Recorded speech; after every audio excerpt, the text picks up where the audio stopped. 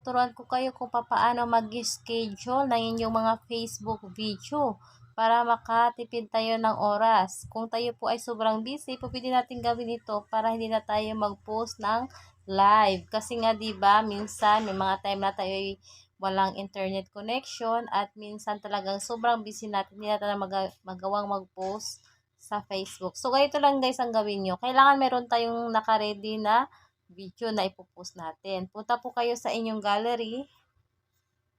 Ito. Ito. Ito yan guys. Ito yung aking ipopost. I-schedule ko to. Punta ka dito. Then i-click mo itong share.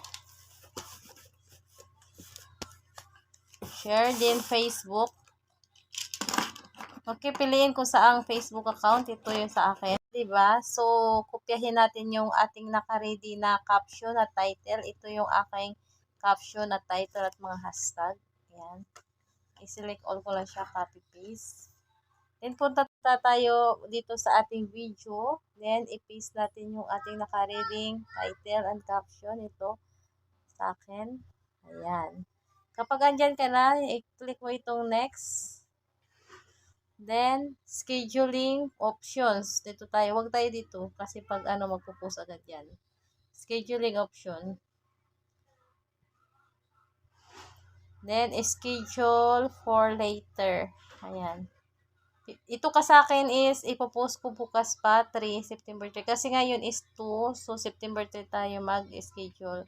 Meron na kasi ako naka-schedule mamayang alas 6. So, bukas na naman. Ayan. Ito bukas. Ko ito ng alas 5. Ayan. Ayan. 5 a.m. So, September 3, 5 a.m. Then, back.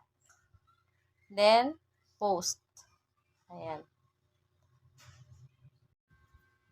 Ganon lang guys, kadali mag-schedule ng post sa Facebook video. So, hintayin na lang natin bukas na i-post ni Facebook ang ating video na naka-schedule para bukas. Okay? Salamat! Follow for more!